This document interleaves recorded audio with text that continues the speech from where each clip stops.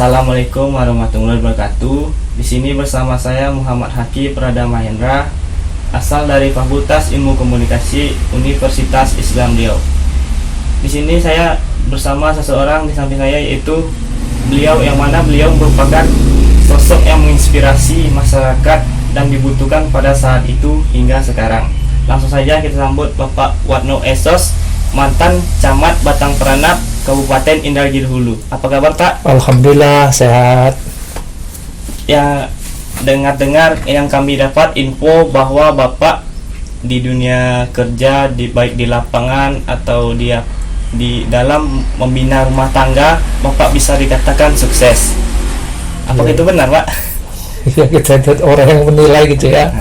Coba kita apa gitu kan. Baik. Di sini kita akan menanyakan siapa sih sosok beliau tersebut dan kenapa bisa menjadi camat. Tentu kita bertanya-tanya gimana jenjang pendidikannya, gimana dia prestasi dia mencapai semua itu. Langsung saja, Pak.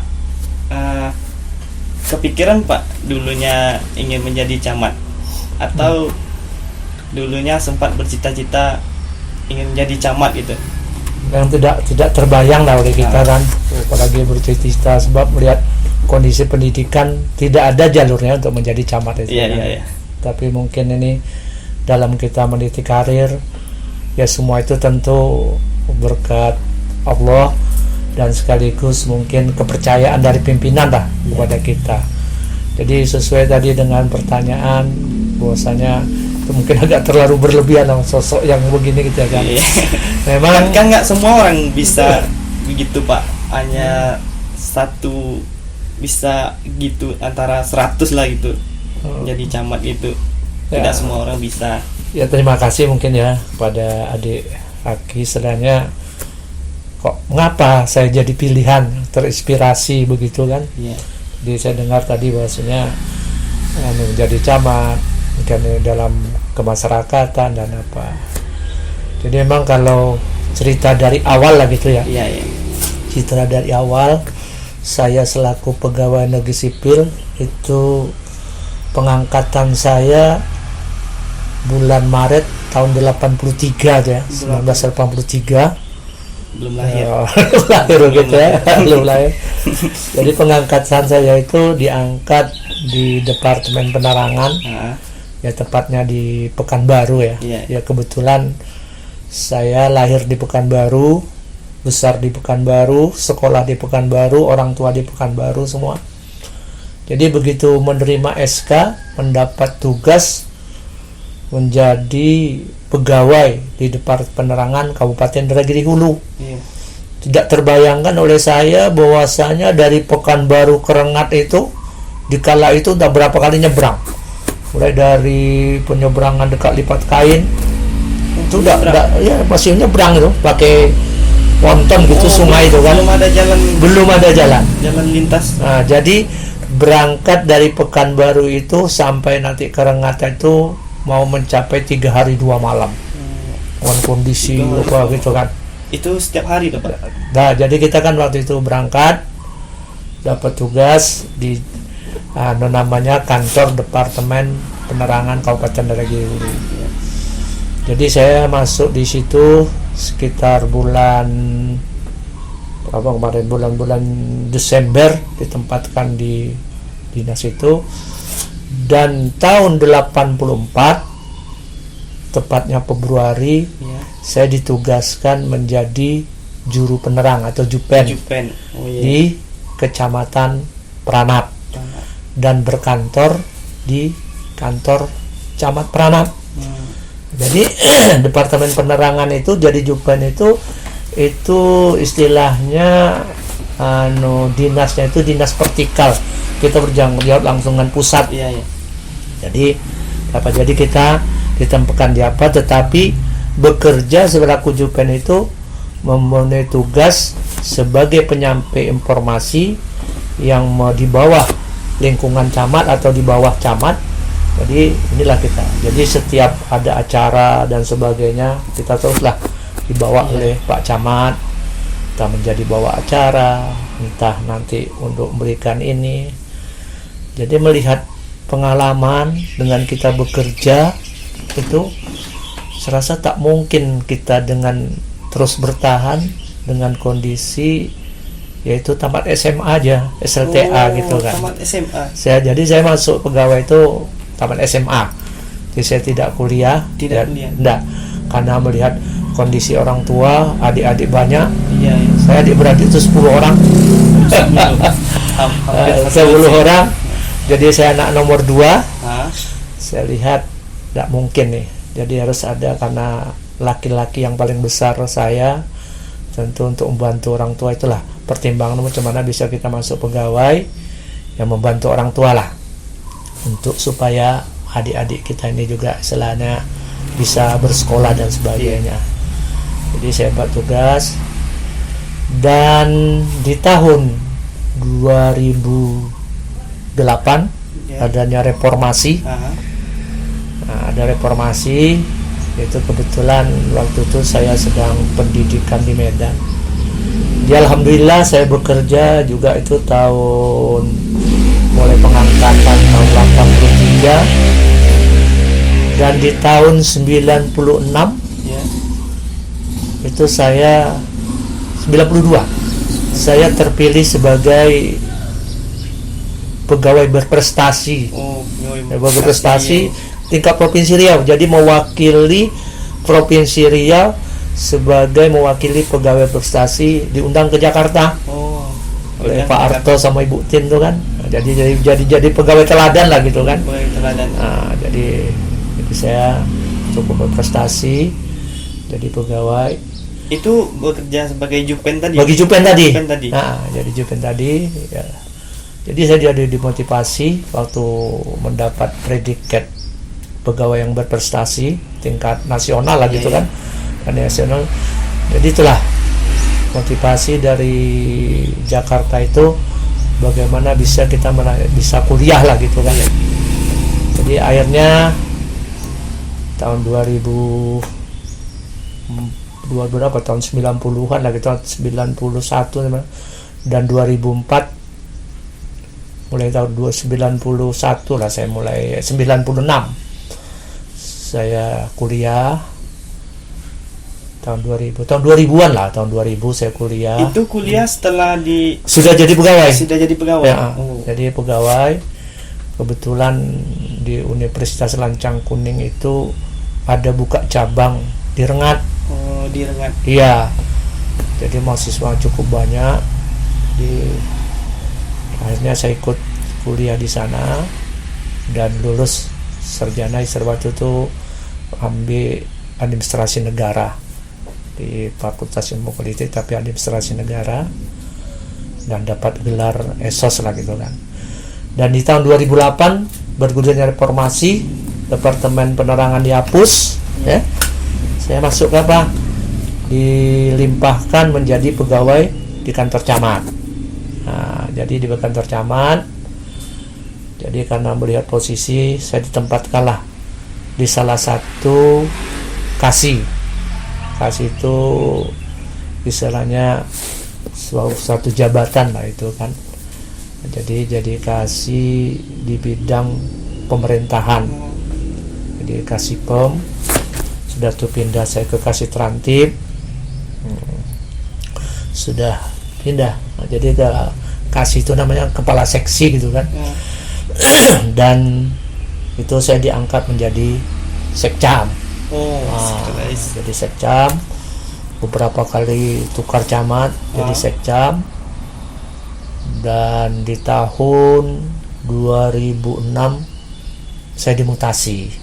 Dimutasi. Iya, pindah saya ke Rengat. Jadi udah, ya. Yang di Batang Peranap tuh. Batang Peranap belum lagi nih ya, masih panjang ceritanya lagi nih ya. Jadi begitu saya dipindahkan ke Rengat, dimutasi ke Rengat, masuk saya ke Badan Kesatuan Bangsa Politik itu kan, Kesbangpol, Kesatuan Bangsa Politik, Kesbangpol. Lebih kurang 1 tahun saya di sana sebagai kepala seksi politik. Jadi mengkoordinir seluruh partai-partai yang ada. Itulah kami yang mengkoordinirnya adalah oleh pemerintah itu di Kesbangpol tuh Badan Kesatuan Bangsa dan Politik itu.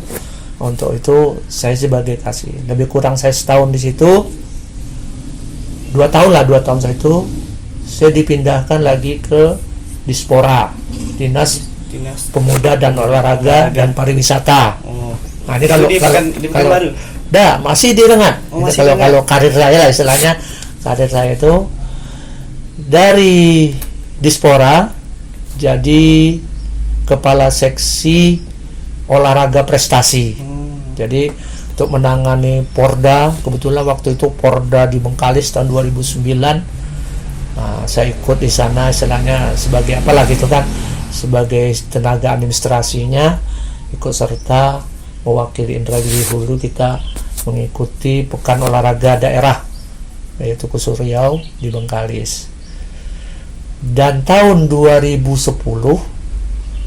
saya diangkat lagi, saya dipindah menjadi sekretaris Komisi Pemilihan Umum KPU. Nah, di Rengat Kabupaten Indragiri Hulu. Jadi sekretaris KPU ini cukup lama nih, hampir lebih kurang 7 tahun. Jadi di 2 periode kepemimpinan Pak Bupati sekarang itulah Pak Yopi itu. Mulai Pak Yopi tahun 2010 daftar, itu kami sudah mulai jadi sekretaris di KPU. Sampai periode dia ke 2015 juga saya masih di situ. Dan tahun 2016 nah itulah baru saya dipercaya menjadi camat Batang Peranap. Dibalikkan. Balik lagi di lapangan. Jadi camat. Nah, disinilah yang banyak suka dukanya. Tunggu Pak. Dari pengalaman dulu, pernah nggak merasa susah dulu sebelum jadi Jupen dulu lah? Merasa susah dalam istilahnya bekerjanya, cari-cari sendiri lah gitu sebelum Jupen tuh susahnya. Jadi memang kalau mulai dari awal tuh ya banyak suka dukanya lah. Mungkin duka seperti apa? Pertama sekali mungkin kalau dari segi ekonomi gitu ya kan. Ya kebetulan kalau namanya pegawai itu kan baru capek tuh gajinya dulu kan baru jadi pegawai itu cuma 16.900 rupiah. 16.000 ya kan. Nah, jadi ya kebetulan mungkin karena jodoh saya dapat istri orang Peranap, seorang guru. Honor. Waktu itu udah pegawai. Ibu sudah pegawai, Ibu Erna Juwita gitu kan. Jadi guru dapatlah istri pegawai, dan saya mempunyai anak 4 orang lah ya. 4 orang, 1 laki-laki, 3 perempuan. 1 laki-laki, 3 perempuan. Itu udah apa namanya Pak? Udah bergelar semua lah tuh Pak. Alhamdulillah. Jadi anak saya boleh diceritakan Pak dari pertama. Jadi kami sambil bekerja, sambil dia banyak suka dukanya. Ibu selain ngajar, ada bikin kue dan bikin sebagainya lah gitulah untuk cari-cari tambahan lah. Jadi kebetulan anak saya yang pertama namanya Yoga, laki-laki, itu alhamdulillah lulus di Universitas Bung Hatta Padang. Itu sarjana teknik otomotif. Gelarnya ST itu ya. Karena yang kedua, yang nomor 2 perempuan. Jadi juga kuliah di Padang. Jadi sekolah farmasi menjadi apoteker. Jadi apoteker. Alhamdulillah sambil dia menyelesaikan apoteker, istilahnya kalau di kedokteran ada koas, dia untuk mendapat gelar menjadi apoteker itu kan ada sekolahnya pendidikan sekian. Lanjut dia S2. S2. Jadi alhamdulillah anak saya nomor 2 itu sebagai istilahnya master farmasi lah, S2 farmasi. MPAM itu kan. Dan sekarang bekerja sebagai apoteker di Puskesmas Peranap. Kalau yang itu wira swasta yang pertama tadi. Yang si pertama, Yoga wira swasta yang mungkin tidak hobi, mungkin jadi pegawai wira swasta. Yang ketiga anak saya kuliah waktu itu di Undri jurusan PAUD. Oh, pendidik PDSD. anak usia dini. Oh, PAUD SD. PAUD untuk anak-anak TK. Iya, iya. Nah, jadi begitu lulus PAUD langsung melanjutkan S2 di Universitas Negeri Jakarta, UNJ. Universitas di UNJ Negeri Jakarta. Jakarta. Itu jurusan apa? Masih juga PAUD. PAUD. Ah. Dan sekarang ngajar Jadi di mana? alhamdulillah begitu selesai S2-nya dan melamar pekerjaan lah, sekarang sudah menjadi dosen tetap di Universitas Islam Riau di UIR, yang di UIR. Marpoyan. Oh iya iya. Nah, di UIR. Jadi apa? Jadi S2 PAUD. Alhamdulillah sekarang sudah jadi dosen tetap karena nomor induk daripada dosen nasional sudah ada, jadi udah jadi dosen tetap lah di sana dia gitu kan. Sedangkan yang nomor 4 itu perempuan lagi, yaitu dia sarjana fisika juga dari UNRI. Dari UNRI. Nah, dari UNRI, alhamdulillah sekarang menjadi guru di SMK 1 Batang Peranap. Oh, di tempat Bapak. Tempat saya tugas. Iya, tugas. Tapi bukan saya berarti saya menempatkan itu tidak, tapi dia melamar sendiri. Saya tidak bisa lah ya selama di situ kan. Jadi alhamdulillah sekarang sudah keluar SK gubernurnya kan. Jadi guru GBD gitu kan. Tetap di situ. Di apa? Di sekolah menengah kejuruan di SMK 1 Batang Peranap. Nah, itu mengenai anak. Jadi anak saya 4 alhamdulillah semua sudah jadi sarjana, 2 S2 ya, S2 farmasi, 1 S2 PAUD yang jadi dosen gitu kan. Jadilah saya lah apalah. Nah ini Pak, terlepas dari apa pencapaian yang telah Bapak raih nih, tentu tidak terlepas juga dari dukungan doa dari orang tua Bapak nih. Iya. Hal yang dilakukan orang tua Bapak terhadap Bapak menjadi pemicu semangat Bapak gitu. Jadi motivasi Bapak apa itu Pak? Jadi gini, kalau orang tua saya itu, saya kebetulan tinggal di Pekanbaru. Pada waktu saya ikut tes menyangkut pegawai itu, dia belum udah bilang kalau itu sudah mau, sebab dulu kan di tahun-tahun gitu pegawai kan tidak favorit istilahnya, tidak begitu diminati gitu kan.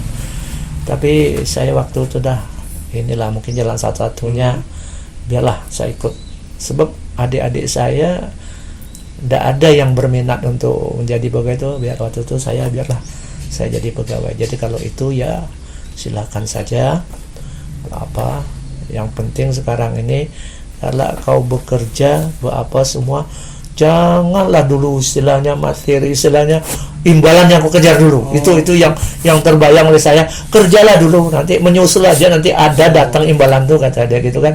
Yang penting kau sekarang bekerja loyal sama pimpinan. Nah dulu saya bekerjalah dulu, jangan ditanya ininya, misalnya uang lah gitu kan. Itu cari uangnya dulu.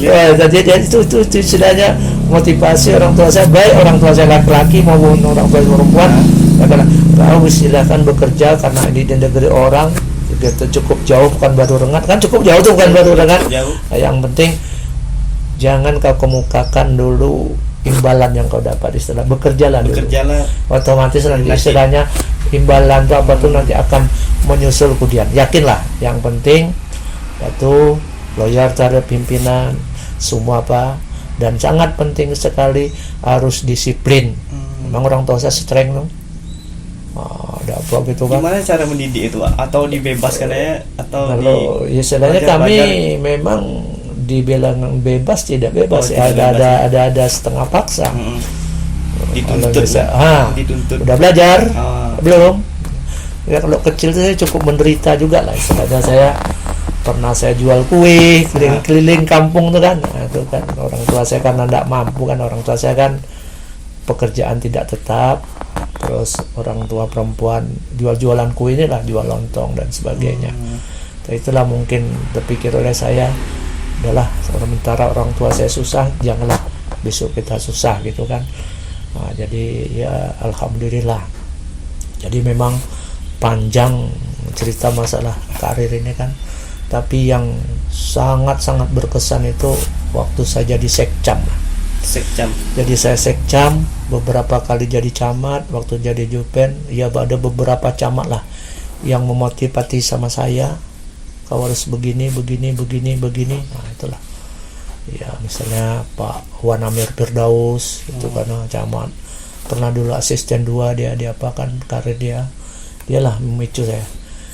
Karena kalau bekerja ini nah gitu kan. Pak Sumarli, Pak Asmungi, saya cukup banyak lah jadi camat-camat yang udah cukup berhasil lah gitu kan. Ada dari itulah. Jadi kita dalam bekerja itu kita sudah istilahnya ilmu itu sudah dapat kita dari pengalaman sehari-hari, dari apa tuh kan. Nah, dari itulah. Ya emang kalau dibilang tadi suka dukanya kita dalam bekerja banyak, apalagi kalau seperti di KPU itu kan orang politik semua. Orang-orang dari parpol itu kan yang kita hadapi, baik cara administrasi. Jadi kalau tidak profesional kerja kita ya. Jadi tentu semua bekerja tuh berlandaskan aturan lah gitu, ada payung hukumnya. Jadi kalau dia bekerja seperti ini, tuntut seperti ini, kita bekerja nih dasar hukumnya. Jadi kita ada semua kan, ini dasar hukumnya. Begitu juga kita di camat. Kalau di camat itu lagi semua kan, semua ini Pak Camat. Masyarakat apapun permasalahannya ngadu sama Pak Camat kan. Nah, ada gitu kan. Masalah ini macam mana Pak Camat? Ini. Ya kita juga istilahnya apa? Ya alhamdulillah saya lebih kurang 3,5 tahun jadi camat Batang Peranap. Ya termasuk yang berprestasi lah. Apa namanya, evaluasi kinerja kecamatan. Tahun 2016 saya masuk bulan September. Di tahun 2017 Kecamatan Batang Peranap keluar sebagai juara 3 evaluasi kinerja kecamatan. Di tahun 2018 juara 3 lagi. Juara 3. Evaluasi kinerja kecamatan.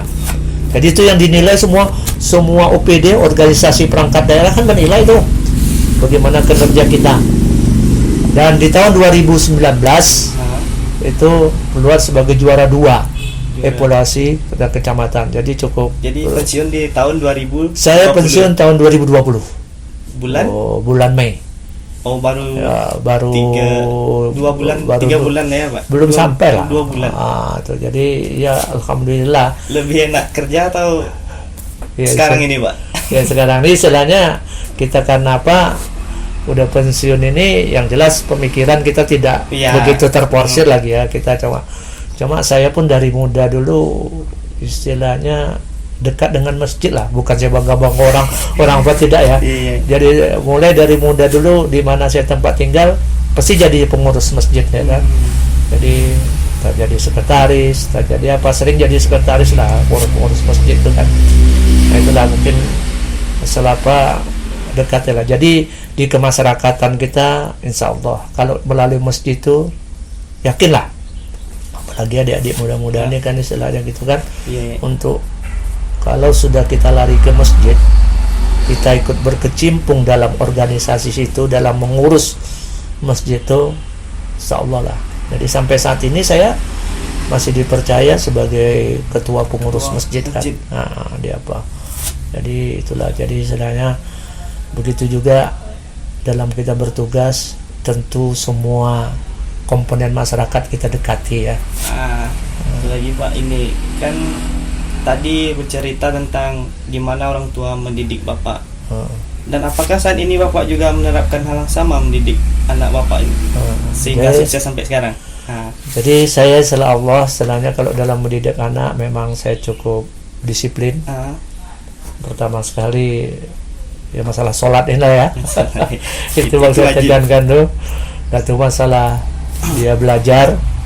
Ini memang saya cukup disiplin lah di anak. Tapi insya Allah alhamdulillah anak-anak saya itu sudah mandiri semua lah, walaupun dia kuliah jauh apa ya, sana udah banyak lah neko-neko istilahnya, semua tepat waktu, tepat dengan jadwal gitu insya Allah semualah. Mulai dari yoga dulu, kemarin itu sempat yang pertama, anak pertama itu mau drop out, tetapi mungkin ada motivasi lain sama dia kan, yang teknik itu termasuk lama ini kan mau berhenti tapi waktu itu kita beri pilihan, kalau berhenti kamu mau jadi apa, ini. Nah kalau ini apa ini. Jadi alhamdulillah selesai Pak. Semua selesai alhamdulillah, itulah. Jadi sedangnya disiplin lah, bisa menggunakan waktu lah gitu kan. Nah ini Pak, satu lagi pesan motivasi Bapak buat kalangan muda generasi bangsa seperti saya sekarang ini, salah satunya tahap-tahap apa saja yang harus dilakukan dan diterapkan dalam diri setelah jenjang pendidikan agar berguna untuk kedepannya gitu, jadi orang sukses. Baik ya. Jadi kalau pesan saya terutama para generasi muda dengan kondisi yang sangat jauh berbeda lah dengan waktu saya muda, dengan ini kan beda antara siang dan malam. Apalagi sekarang ini sudah zaman teknologi canggih, semua kan sudah pakai aplikasi, sudah apa semua. Nah, jadi yang pertama sekali tentu disiplin dalam kita menggunakan waktu. Bagaimanapun kita, sehebat pun kita, kalau kita tidak bisa memanfaatkan waktu, tidak bisa memanage waktu, itu sia-sia. Dalam arti memanage waktu itu kapan kita bekerja, kapan kita memberikan ini, kapan kita istirahat, kapan kita waktunya istilahnya menyembah kepada Allah. Ini semua tentu kita yang memanage waktunya. Apalagi kalau ini kan sudah ditetapkan waktu jadwal sholat lah gitu kan, itu udah kita memanage. Yang kedua, kuasai teknologi. Dengan kondisi saat ini, mau tidak mau, suka tidak suka, harus kita bisa menguasai teknologi dalam arti kata di dunia maya saat ini. Kalau kita tidak menguasai, dalam arti kata kita menguasai teknologi kepada hal-hal yang positif, bukan arti yang ya kan semua dunia maya itu kan ada, tinggal kita bisa memilih dan memilahnya mana untuk bayang kita dan sebagainya. Jadi ya harapan mungkin kalau dengan dunia saat ini, dengan kondisi saat ini, kita ini kalau sudah S1 jangan puas dengan S1 aja lah. Nah, kita lanjutlah ke pendidikan. Mahasiswa satu nganggur. Bisa ya apalah. Kita mungkin dalam sambil kita bekerja, tetapi untuk meningkatkan pengetahuan kita, tingkat pendidikan kita, ya lanjut ke S2. Apa ya sesuai.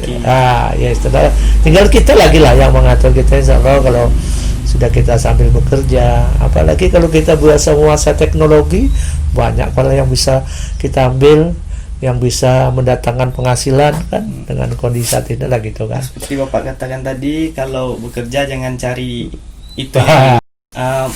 Mungkin hanya itu yang saya tanyakan Pak. Terima kasih informasi yang saya dapat dari Bapak.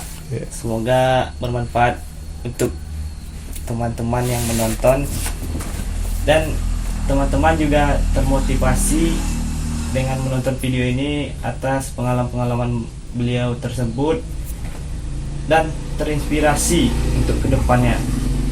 Mungkin hanya itu yang dapat saya sampaikan.